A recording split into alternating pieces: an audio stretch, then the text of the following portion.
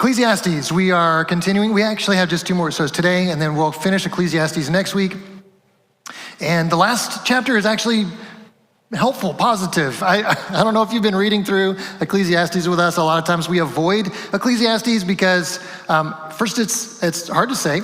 And second, the theme seems a bit of a downer. The theme is the Hebrew word hevel, which is translated in our Bibles as meaningless. That's the theme of the whole book. Life is meaningless. You just have that and a cup of coffee in the morning and you're ready, right? Can't wait to start my meaningless job in my meaningless life today. Happy Monday. Well, that is sort of the writer's favorite word, but there is a reason that he uses it, and the way that he uses it is to help shift our perspective from a very superficial, temporal, worldly way of seeing life to a more eternal, spiritual, godly way of seeing life.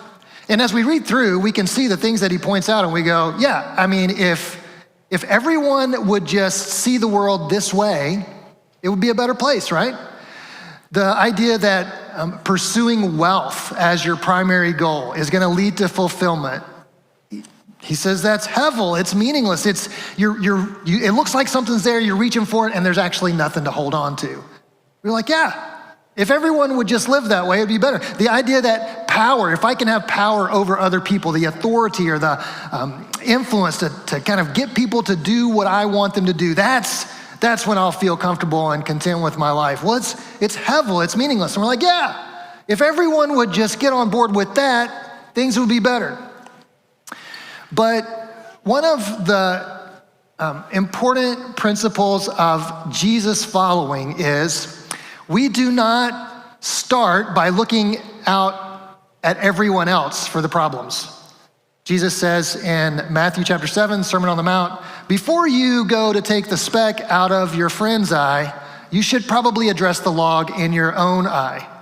And I think that image sticks with us, doesn't it? Can you imagine having a log sticking out of your face and you're trying to help someone with some sawdust on their, and Jesus is like, just start with yourself. Start with yourself. And so if we apply that to Ecclesiastes, then all these things that we're reading about, these things that are meaningless, they're hevel, they're smoke, they're fog, we have to look inside first and say, is this happening in me? Am I a part of this? Am I a part of bringing this into the world? So we're gonna do that with the concept of injustice. To start with, and we'll be in Ecclesiastes 8 and 9 today. So he's gonna address injustice first, and I think that's something that we learn at an early age. One of the first complete sentences, our children say is, that's not fair, right?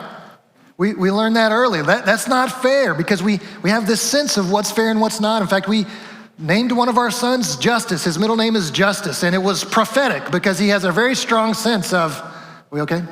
He has a very strong sense of right and wrong. He sees all the things that are wrong in the world and wants to fix it all, right? And I think a lot of us are like that. And when we see injustice, it's heartbreaking on one hand, and then it's like infuriating on the other, because you hate to see somebody as a victim of injustice. I think about this when I watch baseball all the time. You guys know I love baseball. I'm kind of a purist, and one of the worst things that the baseball media has done for us is to put that strike zone on the screen. Because now we know. I mean, before the strike zone thing, we didn't know. We were like, I don't think that was really a strike. Now we know.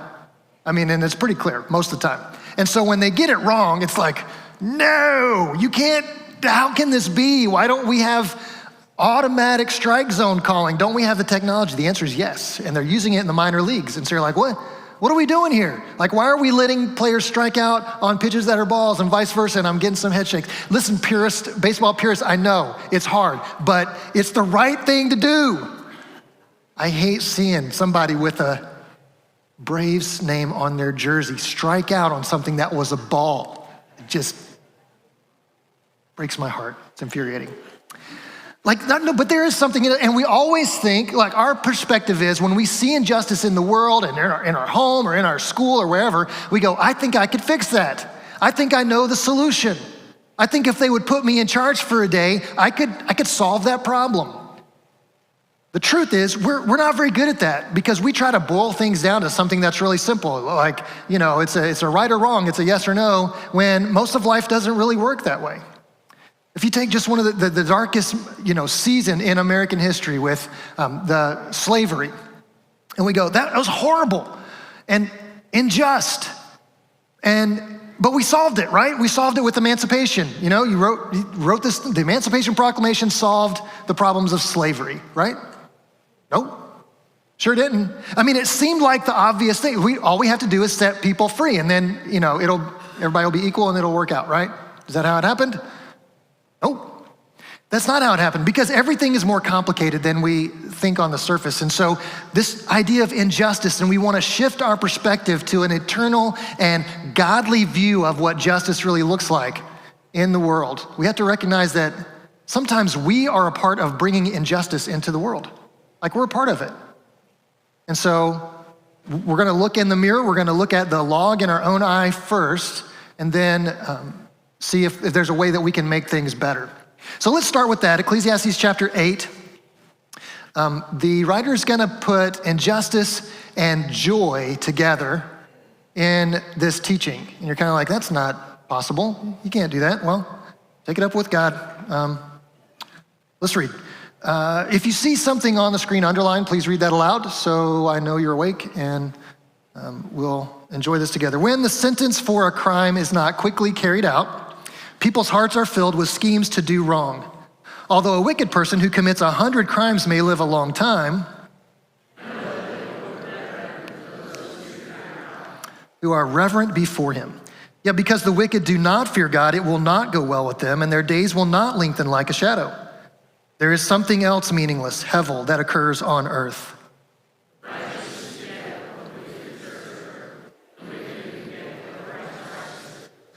This too, I say, is meaningless, hevel.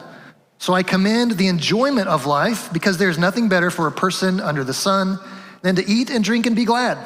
Then joy will accompany them in their toil all the days of their life God has given them under the sun.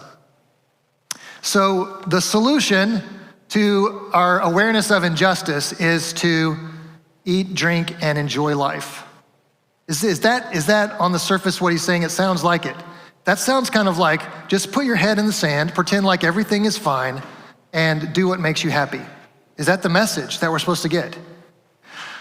I think one of the tendencies that the teacher is addressing here is our tendency to sort of get overwhelmed. Do you ever get overwhelmed when you watch the news and you're like, oh, things are really bad over there. Wow, things are really bad over there. Wow, things are absolutely horrible over there. And then my neighbor's a jerk. And so you put all that together and you're like, I'm overwhelmed. Life is terrible. I can't solve all the problems. And we get this, it's called compassion fatigue. We wanna fix everything. We wanna right every wrong. And I think part of what the teacher is addressing is this mentality we can fall back on when we get overwhelmed, and we kind of, you've heard the phrase, no good deed goes unpunished, right? Everything that we do to try to make something right seems to make things worse. And so we fall into this, well, if that's what I get for trying to help somebody, I guess I'll quit trying to help somebody, because it only made things worse for them or for me. So we risk becoming bitter and disconnected and complacent, and we give up on honesty, humility, generosity, sacrifice. It's not because we don't care, it's because we do care, and it doesn't seem like there's anything we can do about it. Jesus simplifies this for us. He tells us, if you love me, you will obey. He doesn't say, if you love me, you will go and solve all of the problems in the world, because that's just too much. I mean, we can't handle it. But if you love me, you will obey. And obeying Jesus is fairly simple. It's not really complicated. It's hard to do, but it's not like calculus. I mean, we can figure it out. It's just difficult to build our lives around that sometimes. But our job is not to solve all the problems. Our job is to first make sure that the problem isn't us. One of my favorite G.K. Chesterton lines, someone wrote to him and said, you're a Christian, tell us what's really wrong with the world.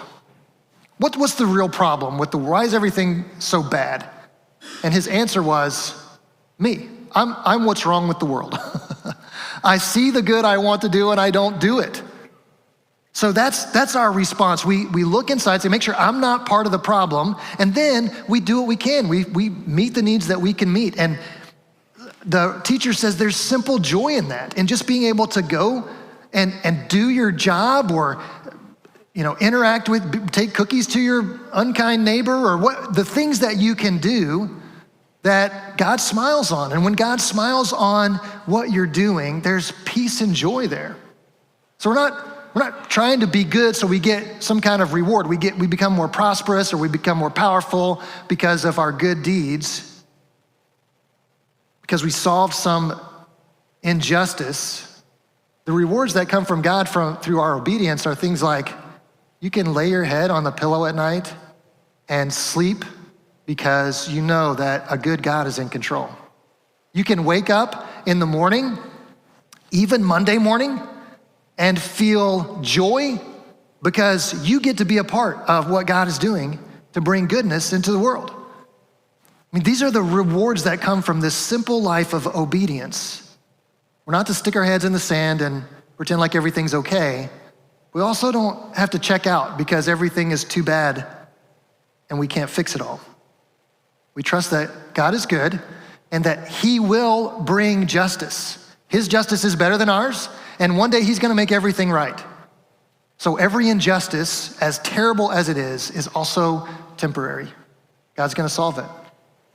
Next, the teacher's gonna talk about fate and chance. And I think this is tied into the conversation on injustice and joy, because it's tempting to look at some things in life that are unjust and go, well, that's just how things are. It's sort of destiny, it's fate, that's the way things always are gonna be. Or to just go, well, that's just bad luck. So there's a little poem here, Ecclesiastes 9:11, that addresses this in a way I think we can relate to. I have seen something else under the sun. The race is not to the swift, nor the battle to the strong.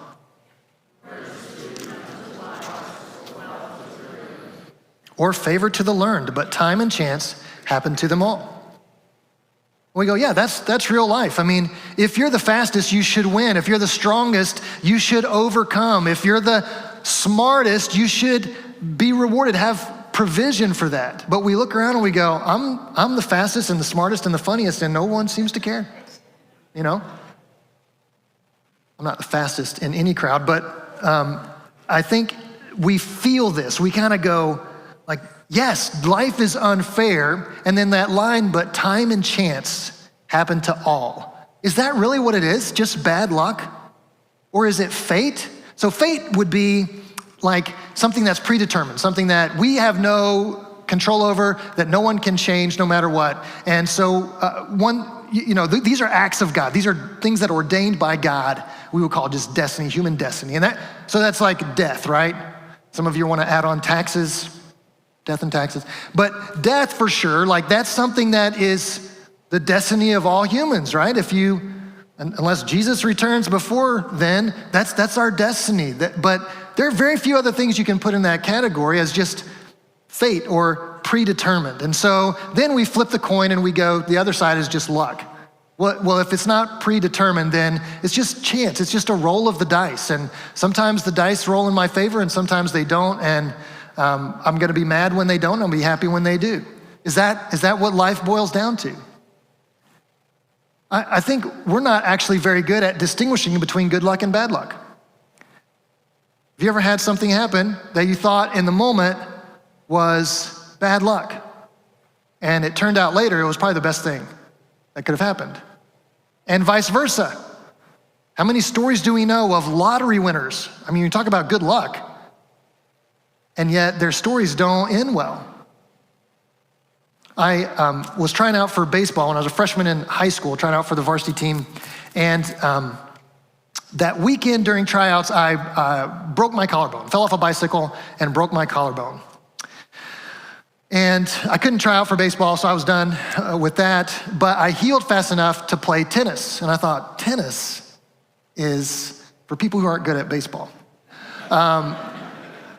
But I thought, well, it's the only thing I can do. I can't throw, but I can swing a tennis racket. And so I played tennis, and I absolutely fell in love with it and played through high school, and I still play today.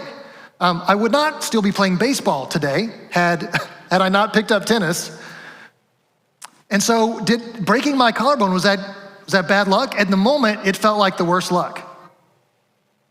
But now I kind of go, I don't know. I love tennis, so maybe it was good luck. We're not even good at knowing what's good luck and what's bad luck. So these are terms we probably should just not throw around a lot, because we're not actually very good at figuring it out. Here's what we know. There's evil in the world, right? Bad things happen, and it doesn't really matter if you think of yourself as a good person or a bad person. Bad things happen. And good things happen, and it doesn't really matter if you think of yourself as a good person or a bad person. Good things happen. But there is a good God who is in control and is one day going to make all things new. Here's how Jesus says this to his disciples in John 16:33. He says, I have told you these things so that in me you may have peace. In this world you will have trouble. Have you had trouble? Anybody? In life? Last year? This morning? Yeah. Jesus said that's going to happen. You could be a righteous person, right with God, right with people, and trouble will find you. But what's his encouragement? I've already won. I've already won. I'm the king, and I've already won, and you're in the kingdom. So guess what? You win too. Jesus wins, we all win. What's good for the kingdom is good for us. And so we don't have to figure out if our lives are being controlled by fate or luck or chance. We're in the kingdom of God, where he is in control. And if we live the life of a kingdom person, we call it Jesus-centered living here. If we live a Jesus-centered life, we're on the winning team. One day, all injustices will be made right. And we get to be a part of that, participate in it, and see it. I had the chance to go to the Hamilton County Chaplaincy Prayer Breakfast last week at the invitation of Scott Goff. My wife and I went and sat in this room with 250 people to just donate to and celebrate the chaplaincy program that works with the Sheriff's Department. It's an incredible program, a lot of people involved there. And their speaker that day was a lady named Jennifer.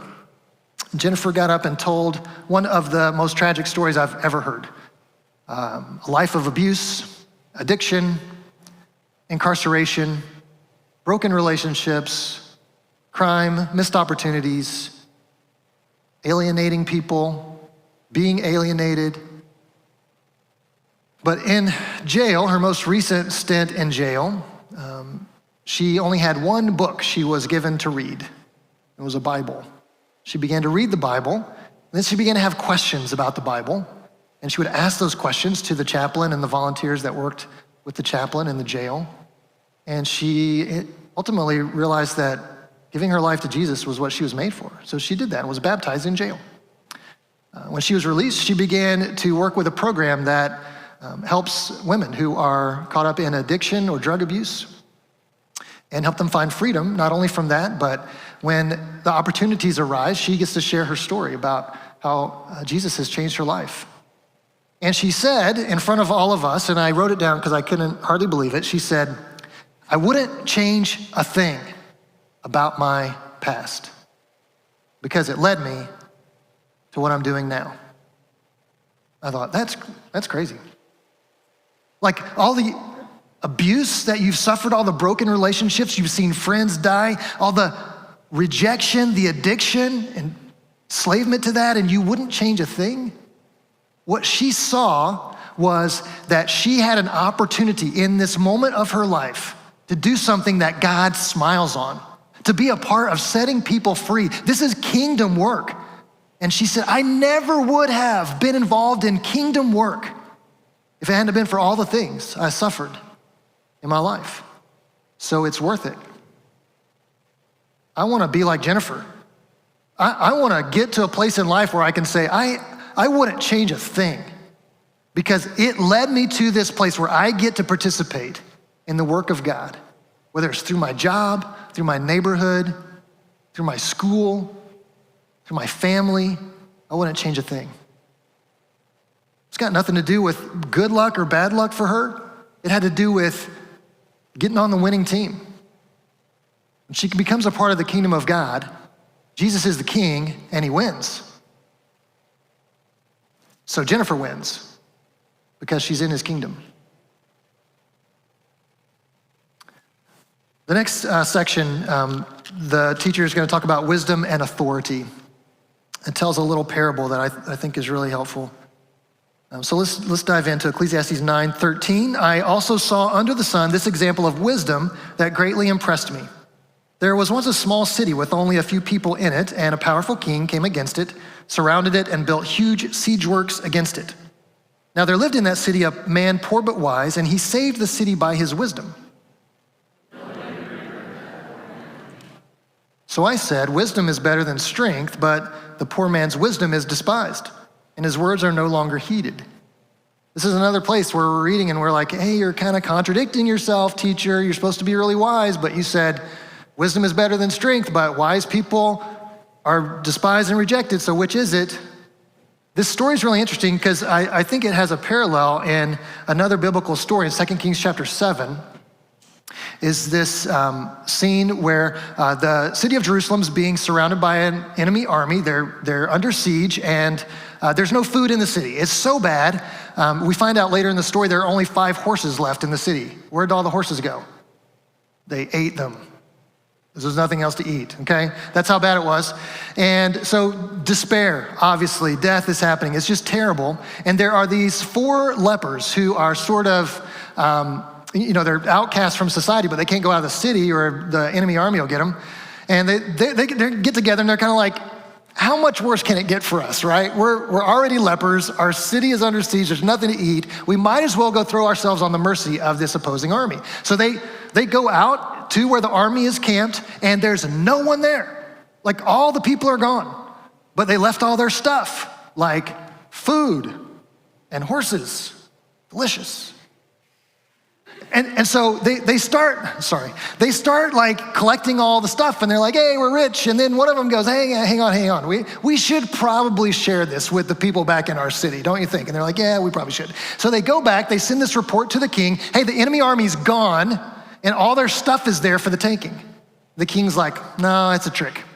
It's a trick. If we go out there, they're just gonna come out of, the hills and caves and get us. And then this servant in the king's household, not a nobleman, not a general, a servant in the king's household says, hey, shouldn't we at least check and see if it's true? Like, isn't it worth checking? He's like, well, I guess it's worth checking. So they send the only 5 horses out. Horses are like, yeah. And they go out to check and see and it's true, the enemy army's gone. And all the stuff is there and the city is saved. What's the servant's name? I don't know. What are the names of the lepers who brought back the good news? I don't know. Nobody knows. The city is saved by people who end up being completely unnoticed, unnamed, unrewarded. And you kind of go, well, that's life. It happens. But what it raises for me is the question, where do I go for wisdom? Where do we go when we want answers? I don't mean just YouTube. A lot of answers there, but I mean people. Like, who do you look to? Who's the expert in your field? When you want to get better at what you do, where do you look for wisdom? Well, as a pastor, it's really tempting to go and look to the big name pastors and say, hey, they've got huge churches. They must have it figured out. I should go to them for wisdom about how to get better at my job. I've just learned that that's not exactly true, that authority and wisdom aren't necessarily married. You can have authority and be a fool. And you can be really wise and not have a position of authority. My first student ministry was at a very small church in southeast Kentucky. And one of my assignments, not related to youth ministry, was to visit this older lady named Beulah. I was not excited about this assignment. As a 23-year-old, I thought, I'm here to rescue all the children of this town. But I was going to go and visit. I was supposed to visit Beulah once a month and just sit with her at her home and listen to her talk. It didn't take long for me to figure out I actually had a really good gig, because she would always bake when she knew I was coming. And so I got cakes and pies and just the most amazing food. And so I was like, we're visiting Beulah every week, like once a month, no way. And so I would go and sit and eat pie and listen to Beulah talk. Most of the people in our church didn't know Beulah. She had been sick for a while and she couldn't get out and go to church. And so people didn't know who a lot of people just forgot about her, honestly. But she began to tell me stories about her life. She worked for the original Colonel Sanders in the original Kentucky Fried Chicken store in Corbin, Kentucky. She didn't like him very much, because when she went to work for him, she brought with her a family recipe for a salad dressing. And the good Colonel used this salad dressing in his store. It became very popular, so they bottled it and sold it. And she never got any payment or credit for the salad dressing, which was her family recipe. And I just thought that was so sad. This is such a wise person who's not getting credit. Don't we see that in the story? Beulah didn't know a lot about youth ministry. She didn't have a youth ministry degree, believe it or not, or even a Bible degree. But I learned so much from her about how to do my job well, how to actually listen and care for people, not just the kids, but to think about their parents and their grandparents as well. She taught me so much. She's not the place I would have gone to for wisdom about youth ministry. That was Doug Fields at the time. There was a guy named Doug Fields. He's from a big church and he wrote a big book. And I was like, Doug Fields knows what it's all about. But actually, Beulah taught me more than Doug Fields ever did. So when she died, and I was asked to do her funeral, it was my first funeral ever. I said yes. You would think I would be nervous, but I was actually just excited to tell people about Beulah. I was like, you people have no idea how awesome this woman was that was sitting here the whole time and no one ever talked to her because you forgot about her, and she's just a wealth. I think this story is trying to push us in that direction and say, who do you go to for wisdom? Is it the people who have made a name for themselves? Or can you look around and identify that there are people who have just lived life well. They're just faithful and they have something to teach you.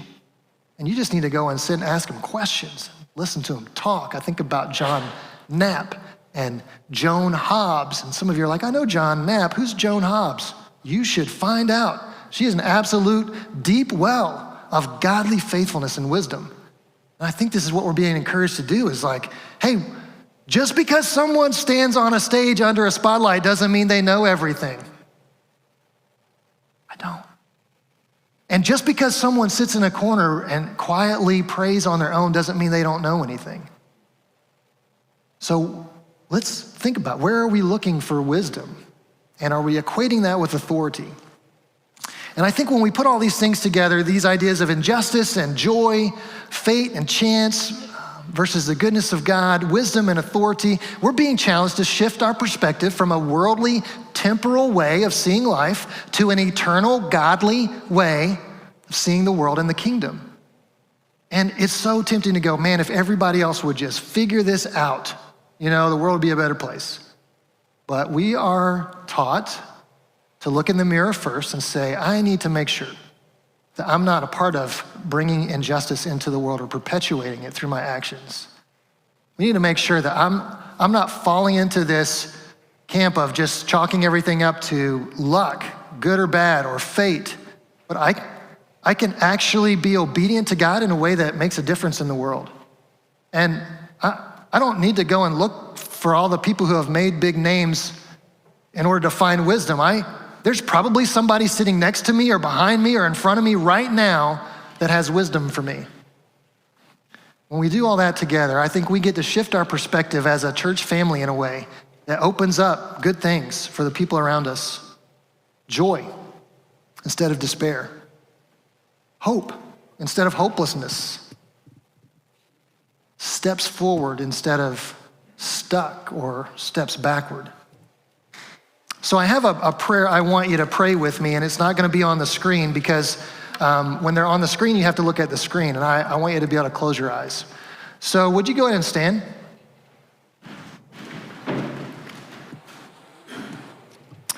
I'm just gonna read this prayer in short phrases and ask you to repeat them after me. So you can bow your head and close your eyes. You don't need to look up at anything. You don't even have to say anything. If this doesn't align with your heart, I'm gonna read it first for you so you know if you wanna read along with me on the next go around. But I just think this will help center our hearts as we get ready to sing and close. So here's the prayer I'm gonna ask you to repeat in just a moment. God, show us your vision of the world as it should be, as it once was at creation, as it will be again when Christ returns. So I'm gonna say this in short phrases, ask you just to repeat after me. God, show us your vision of the world as it should be, as it once was at creation, as it will be again when Christ returns.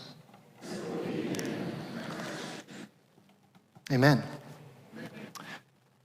So as we close today, I just want to remind you that there is a prayer corner out here to your right. And if you need prayer for any reason for yourself or someone that you care about, please go out there. There are people who want to pray with you. You can also just write a prayer on a card and post that for our church family to pray along with you. We invite you to do that before you leave today.